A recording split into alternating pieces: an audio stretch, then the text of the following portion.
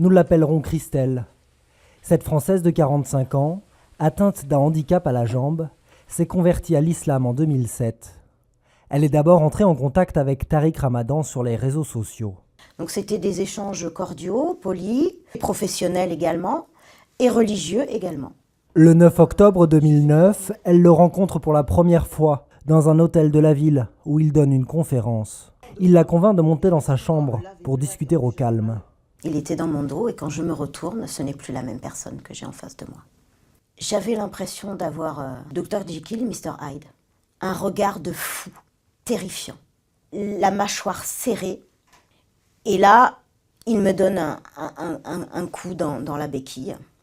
Il me fait tomber et il me récupère par les cheveux. Et j'ai eu la peur de ma vie.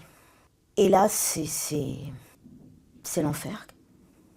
C'est des coups, c'est des violences sexuelles, des mots ignobles, d'une vulgarité sans nom.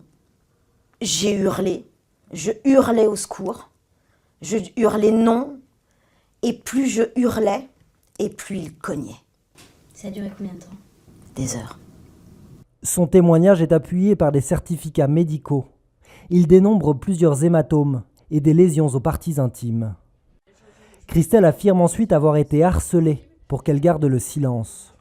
C'est des menaces, c'est des intimidations, c'est des gens qui vous menacent de mort, c'est des emails par centaines de menaces de mort et d'insultes. C'est en voyant le témoignage d'Enda Ayari que Christelle a décidé de porter plainte à son tour.